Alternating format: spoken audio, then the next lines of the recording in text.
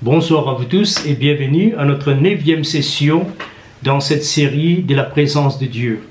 Et certainement nous n'aurions pas 9 sessions si on pouvait,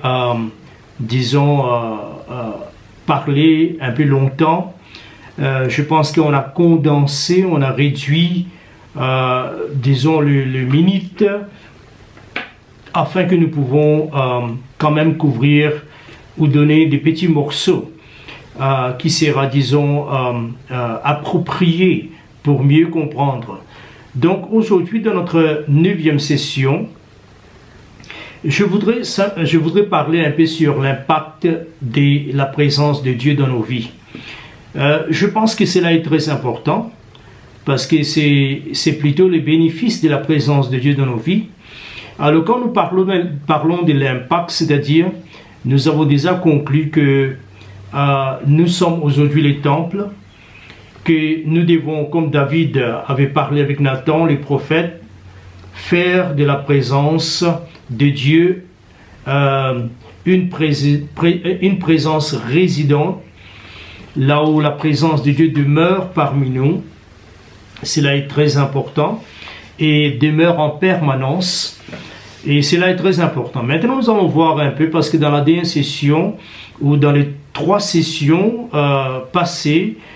précédentes, nous avons vu ce qu'on appelle les protocoles de la présence de Dieu, c'est-à-dire les étapes qui nous amènent dans la profondeur de la présence de Dieu.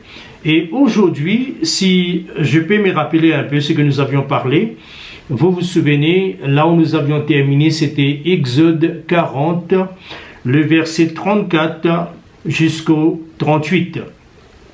Et là, la Bible nous dit que quand tous les éléments étaient en place, positionnés selon le désigne des dieux, selon les schémas des dieux, quand tout était placé en sa propre place, par exemple les tabernacles, qui contenait les bassins d'eau, l'autel de bronze, l'autel d'or, de parfum, les tables avec les pains de la présence, les chandeliers, tout était en place.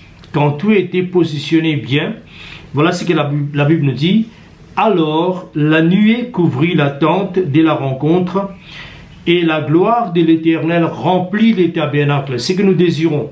Si nous sommes les tabernacles aujourd'hui, nous voulons que la gloire de Dieu remplisse nos vies, de tel point que cela peut augmenter d'un point à se déborder de notre environnement. Que notre environnement devienne un endroit là où la présence de Dieu peut être, débordé, qui déborde. Alors dans ce verset, il nous dit, Moïse ne pouvait pas entrer dans la tente de la rencontre parce que la nuée restait dessus et que la gloire de l'Éternel remplissait le tabernacle. Verset 36, il nous dit, à chacune de leurs étapes, les Israélites partaient dans la nuée, quand la nuée s'élevait au-dessus du tabernacle, c'est-à-dire leur voyage, ils commençaient à partir de l'avant, quand la nuée qui était sur le tabernacle déplacée. Alors nous voulons aussi qu'aujourd'hui, dans notre voyage, de notre parcours spirituel vers notre destinée ultime, c'est-à-dire de récupérer toute la gloire, là où Adam avait chuté, qui s'est manifestée en Christ, cette maturité, cette perfection, cette capacité de porter Dieu en nous, que Dieu réside en nous. Quand nous partons vers cette direction, on appelle ça l'immortalité. Quand nous partons vers cette direction, c'est important que à chaque étape de notre voyage dans cette direction soit guidé par cette présence résidente de Dieu. Ok, résidente de Dieu. Et la Bible nous dit que si la nuée ne s'élevait pas, il ne partait pas. Nous voulons arriver à ce point d'obéissance, de discernement, de compréhension de la voix de Dieu. Et la Bible nous dit, des jours, la nuée de l'Éternel était sur les tabernacles. Voilà ce que nous voulons. Si nous sommes le tabernacle, la nuée, la présence visible doit être sur nous. Et il nous dit que des nuits, il y avait un feu à l'intérieur de la nuée. Elle était visible de toute la communauté d'Israël. Nous voulons que cette présence dans nos vies devienne visible. Et la Bible nous dit à chacun de leur état. Alors, c'est clair que cette présence manifestée, cette présence visible qui nous accompagne, mais qui nous guide aussi, soit visible aux yeux de tout le monde. Alors aujourd'hui, je voudrais commencer une autre branche, une autre étape dans ce que nous appelons la présence de Dieu. Et nous allons parler aujourd'hui sur ce que nous appelons les lieux associés avec la présence de Dieu et son impact dans cet environnement. Et aujourd'hui, nous allons prendre ces lieux symboliques qui nous symbolisent, qui visent nos vies, parce que nous sommes l'accomplissement de tous les types et tous les ombres des choses à venir. La réalité, c'est en nous qui est en Christ. Nous allons voir la première des endroits. Enfin, il y a beaucoup des endroits. Les jardins d'Éden étaient un endroit, parce qu'Adam rencontrait Dieu au coucher du soleil. Quand ça faisait tranquille et calme et frais, Dieu s'approchait et parlait avec Adam concernant sa mission sur la terre et surtout dans le plan de comment gérer cette mission. Alors maintenant, nous allons commencer par la buisson ardent. La buisson ou les buissons ardents. Les buissons ardents. Alors, si vous pouvez, s'il vous plaît, ouvrez votre Bible avec moi dans Exode, le chapitre 3, le verset 2.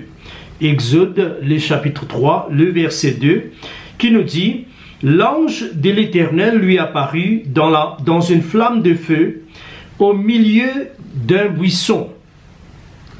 Moïse regarda et voici les buissons étaient tout en feu et le buisson ne se consumait point. Moïse dit, je vais me détourner pour voir quelle est cette grande vision et pourquoi les buissons ne se consument point. Le verset 4 nous dit, l'Éternel vit qu'il s'est détourné pour voir et Dieu l'appela du milieu du buisson et dit, Moïse, Moïse.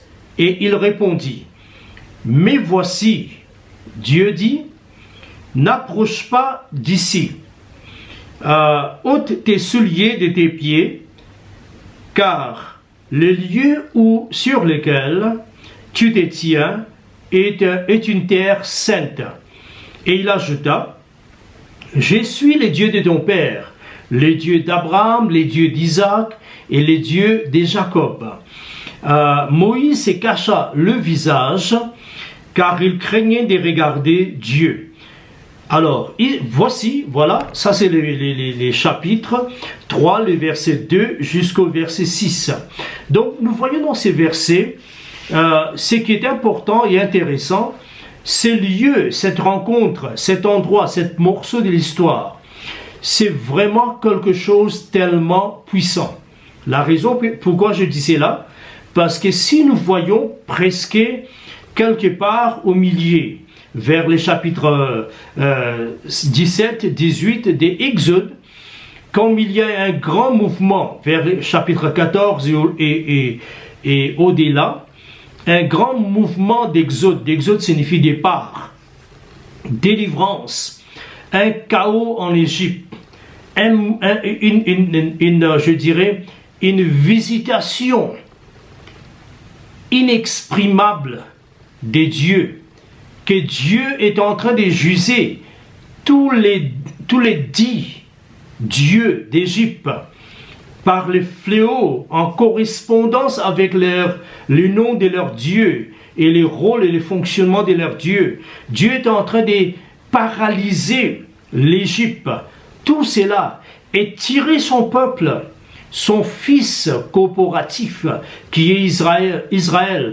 Il est en train de tirer son peuple, les délivrer et le mettre dans une route, dans un chemin qu'on appelle une réformation, et dans un voyage vers leur destin.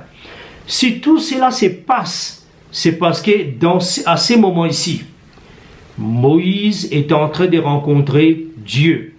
Et à partir de ces rencontres, Dieu va mettre un processus pour la nation d'Israël. Alors nous pouvons dire que ce moment est tellement important. Ce moment ici est tellement important, surtout pour les enfants d'Israël, quoique c'est un homme, Moïse, qui rencontre Dieu dans un buisson ardent. Vous voyez? Alors, qu'est-ce que nous voyons? Il y a certains aspects dans cette buisson ardent que nous devons noter, qui est digne d'observer. La première chose, c'est que la Bible nous dit que c'était l'ange de l'Éternel. Et je parlais un peu de ça dans une session, que l'ange de l'Éternel, c'était une représentation. En effet, le terme théologique, c'est théophanie. Théophanie. Théos, en grec, qui signifie Dieu. Et le mot phanie, c'est une autre forme de verbe qui signifie forme. Et d'où nous recevons les mots je suis en train de voir un peu si je suis juste, parce qu'il y a tellement de choses dans ma tête. Mais en effet, les mots signifient forme, d'apparaître dans une forme. Donc nous pouvons dire que Dieu apparaît dans une forme, et on appelle cela le théophanie. Et ici nous voyons que la personne qui apparaît souvent à la place de Dieu, ou que dans la forme de Dieu, je dirais, plus exactement, dans la forme de Dieu, c'était Jésus-Christ lui-même. Et c'est clair, comment est-ce que nous savons que c'était Jésus-Christ et que ce n'était pas un ange qui apparaissait dans la forme de Dieu? C'est parce que la Bible nous dit que personne, dans Jean, il nous dit que personne n'a jamais vu Dieu le Père, ou Dieu dans sa plénitude, la divinité. Mais celui qui l'a révélé, c'était Jésus-Christ. C'est clair. Donc c'est clair que dans tous les temps, par exemple, quand Abraham a rencontré Dieu avec les deux autres anges qui sont partis après un moment d'avoir mangé et bu et tout ça, ils sont partis vers Sodome et Gomorrhe pour la détruire. La Bible nous dit que l'Éternel est resté avec Abraham. Et Abraham s'est tenu devant l'Éternel. Mais quand la Bible nous dit qu'il s'est tenu devant l'Éternel, qu'est-ce que cela nous dit? Cela nous révèle qu'il s'est tenu devant Jésus-Christ. Parce que personne n'a jamais vu Dieu. Quand Moïse parlait avec Dieu face à face, vous voyez, ce n'était pas comme s'il voyait Dieu, parce que Dieu plus tard dira à Moïse que personne ne peut me voir et vivre. Donc la personne qui représentait, comme c'était le cas de Manoah et sa femme, le père de Samson. Et Samson, son père disait que nous allons mourir parce que nous avons vu l'ange de l'Éternel. Parce qu'en Israël, tout le monde savait que si vous voyez l'ange de l'Éternel, vous êtes en train de voir Dieu lui-même. Et sa femme a dit, écoutez, mais je ne pense pas que Dieu va nous tuer, nous détruire, parce que si cela était le cas, il ne permettrait pas que nous les voyions. Alors c'est important de comprendre comment Jésus-Christ et son rôle dans la présence de Dieu. Il était l'ange de sa présence, comme il nous dit dans les psaumes. L'ange de sa présence les a sauvés. Cet ange, c'est un titre. Ce n'est pas un ange. C'est le Fils de Dieu. Donc c'est clair ici que l'ange de l'Éternel apparaît dans cette brousse, dans cet arbre, dans cette buisson. Et cette buisson s'est enflammée par le feu, et cette fée, la nature de cette fée, que nous devons observer aussi, n'était pas terrestre. Parce que si vous allumez avec une allumette une buisson ou un buisson, certainement après 10 minutes, vous verrez tous les feuilles sont déjà brûlées et que les branches commencent à se maintenant tomber parce que le feu le consume. Mais dans ces cas, la Bible nous dit que le feu ne consumait pas cette buisson. Et comme résultat, Moïse a regardé cela avec quelques moments, il a dit non, là il y a quelque chose qui est différent. Quelque chose qui est différent. C'était quoi? C'était que cette buisson était en feu et en flamme, mais ne se consumait pas. Ça, c'était le cas. Et qu'est-ce que Moïse a fait? Moïse a détourné de sa course et il a commencé à approcher pour voir, mais quel est ce phénomène étrange? Et quand Dieu l'a vu, il a dit, Moïse, arrête. Peut-être Moïse était une vingtaine de mètres loin de cette buisson. Quand il a observé avec un moment de temps, il a dit non, je dois voir un peu c'est quoi ça. Et quand il a commencé à approcher 15 mètres, 12 mètres, presque dizaines de mètres, Dieu a dit arrête. Et la voix de Dieu a éclaté hors de cette feu. Vous voyez, et Dieu a dit Moïse, Moïse. Et Moïse a dit mais qui es-tu? Et c'est là que Dieu a dit je suis le Dieu d'Abraham, le Dieu d'Isaac et le Dieu de Jacob. Et quand il a dit cela, Moïse commençait à trembler. Il a couvert son visage parce qu'il savait que ça c'est le Dieu éternel. C'est pas un démon, c'est pas un petit Dieu quelque part limité qu'il ne savait pas qu'il existe. Ça c'est vraiment Dieu. Rappelez-vous, ça c'est 4000 ans de cela. Vous voyez, peut-être parce que la révélation de Dieu n'était pas aussi détaillée, qu'il n'y en a pas un autre Dieu que lui. Alors Moïse, quand il a compris cela, il a enveloppé son visage, il couvrit son visage, et il ne voulait pas voir Dieu, parce que personne ne peut voir Dieu et vivre. Et c'est là que nous voyons que Dieu a parlé avec Moïse. Mais les premiers éléments, il y a deux éléments que je voudrais souligner dans ces passages. Premièrement, Dieu lui a dit, Dieu lui a apparu dans un feu. Le deuxième élément, c'est que Dieu lui a dit, ôte tes chaussures ou tes souliers. Parce que l'endroit maintenant, là où tu es, c'est un endroit qui est saint. Elle n'est pas saint parce que c'est un parti saint de cette montagne, mais c'est parce que la présence de Dieu rend cet endroit saint. Vous voyez, alors je vais vous parler un peu de ça aujourd'hui parce que nous parlons de ce que nous appelons aujourd'hui l'impact de sa présence. Et par là, nous allons aussi apprendre comment la présence de Dieu dans nos vies va impacter notre environnement. Comment la présence de Dieu dans notre vie accroissante, débordée, et ça va impacter notre environnement. Cela est très important.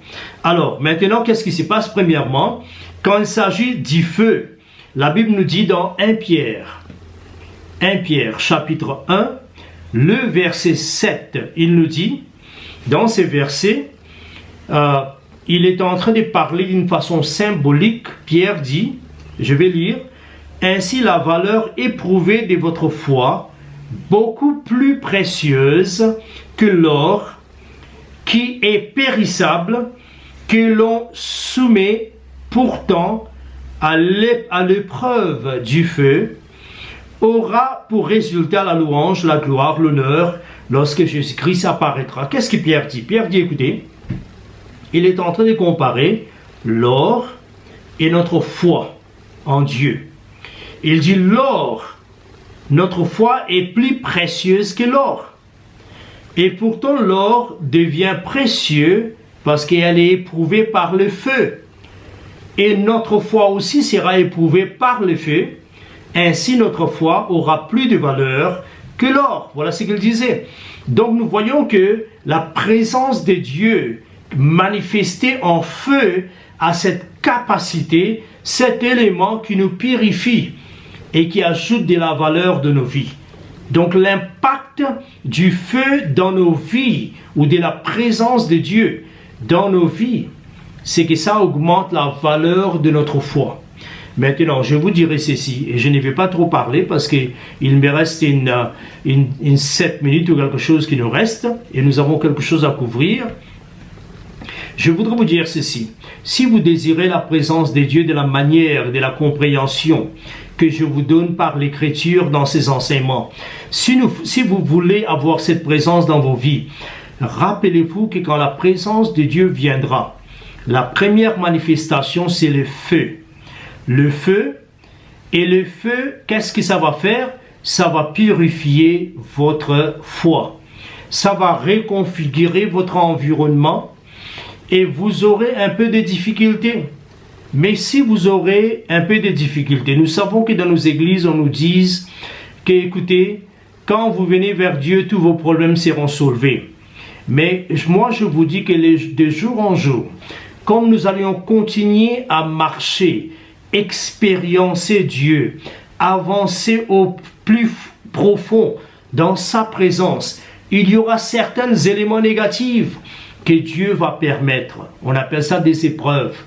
Ces épreuves, ce sera le feu de Dieu qui dégage de la présence de Dieu, qui va purifier notre foi. Vous vous souvenez de Job? Purifier de notre foi.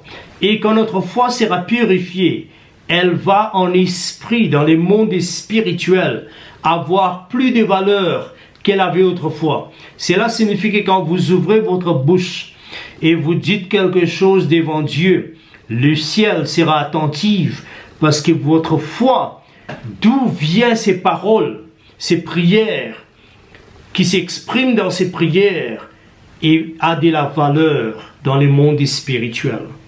Ça, c'est la première chose. La deuxième chose, c'est quoi? Alors, nous savons très bien que ce feu n'était pas le feu ordinaire, parce que si c'était le feu ordinaire, ça allait consumer les buissons. Mais ce qui a attiré Moïse vers ces buissons, c'est que ces buissons étaient en feu, mais elles ne se consumaient pas. Car le feu qui était dedans, c'était le feu spirituel, le feu qui vraiment purifie notre foi. Et la deuxième chose que nous devons voir, nous savons très bien que Dieu a dit « n'approche pas ». N'approche pas. Pourquoi? Parce que peut-être 15 mètres de cela, de cette buisson ardent, on pouvait approcher, mais quand on commence à s'approcher, Moïse était en train d'entrer dans un parase, dans un environnement, là où la présence de Dieu avait pris contrôle. Nous pouvons dire que la présence de Dieu avait emparé de cet endroit. Emparé de cet endroit. Voilà ce que nous voulons voir de nos vies. Que la présence de Dieu augmente de nos vies chaque jour, déborde et s'en empare de notre environnement et contrôle et dicte les conditions d'existence dans cet environnement. Ça, c'est vraiment très très fort, très très important.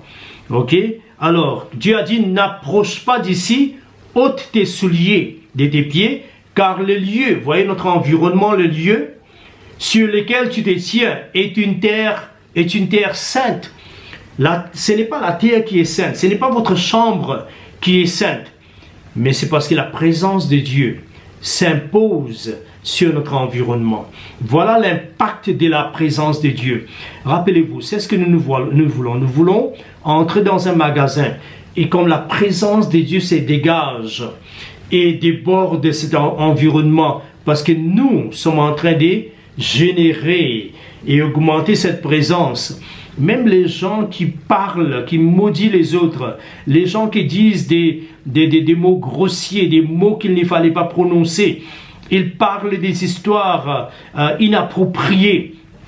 La présence de Dieu va s'emparer.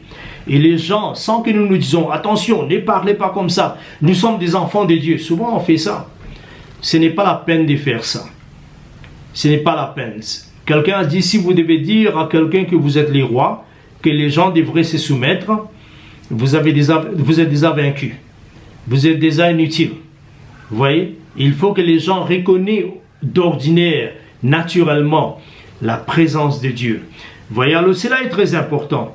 Nous voyons ce même exemple, parce que les temps, les temps s'approchent, dans 2 ou 3 minutes je termine.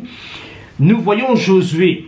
Josué 5, le verset 13, il nous dit que Josué allait maintenant, il était en préparation pour s'emparer des Jéricho. La première ville allait rentrer dans la terre promise.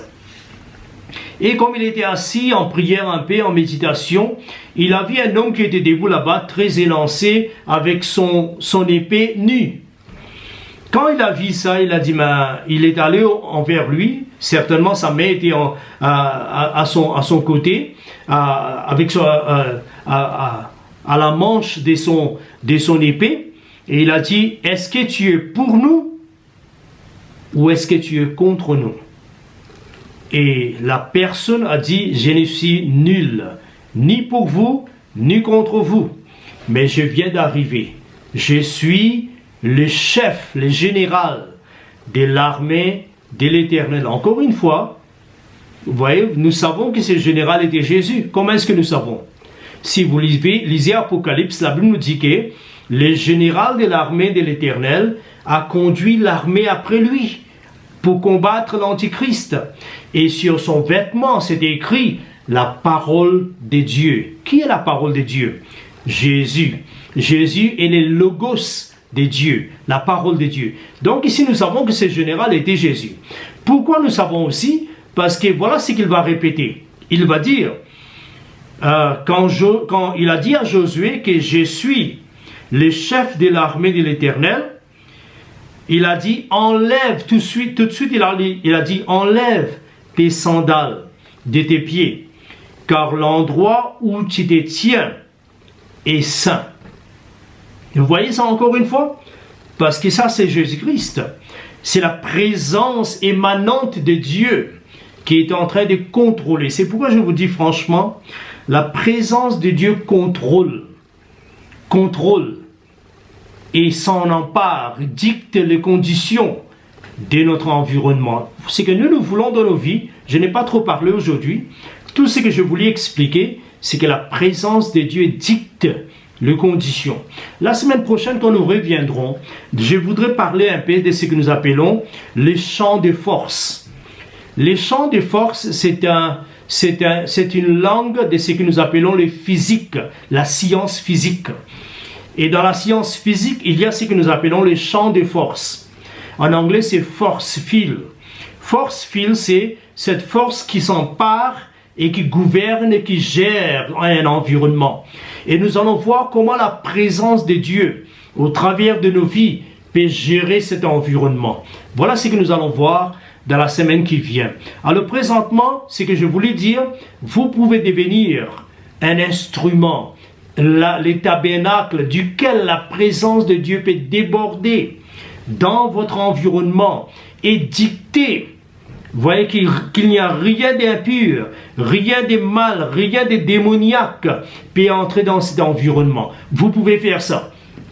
Alors je vous invite à continuer à écouter ces enseignements, parce que comme vous les voyez, ce n'est pas des enseignements ordinaires, c'est un débordement de la grâce apostolique qui nous donne, qui nous réintroduit dans une autre compréhension de la présence de Dieu. Voilà, pour moi, c'est ici que je termine. Pour moi, c'est sur Esguna. Je termine ici, et ma prière est, je vais prier maintenant, ma prière est que vous pouvez expérimenter ses présences. Seigneur, je demande que ta grâce soit sur chaque personne qui entend ces paroles, qui vient sous les sons de ma voix, que chaque personne puisse comprendre les choses que je suis en train de parler, et que ta grâce puisse saisir d'eux, remplir leur vie, Seigneur Dieu. Je demande que tu puisses déborder leur vie, parce qu'ils sont les temples de Dieu, ils sont les tabernacles de Dieu, ils sont les sanctuaires de Dieu maintenant. Nous sommes les sanctuaires de Dieu. Que cela déborde de nos vies et touche tout le monde qui est dans notre environnement et dicte les conditions d'existence dans cet environnement. Seigneur, je te bénis au nom de Jésus. Voilà, que Dieu vous bénisse et à bientôt le vendredi prochain dans une autre session. Voilà.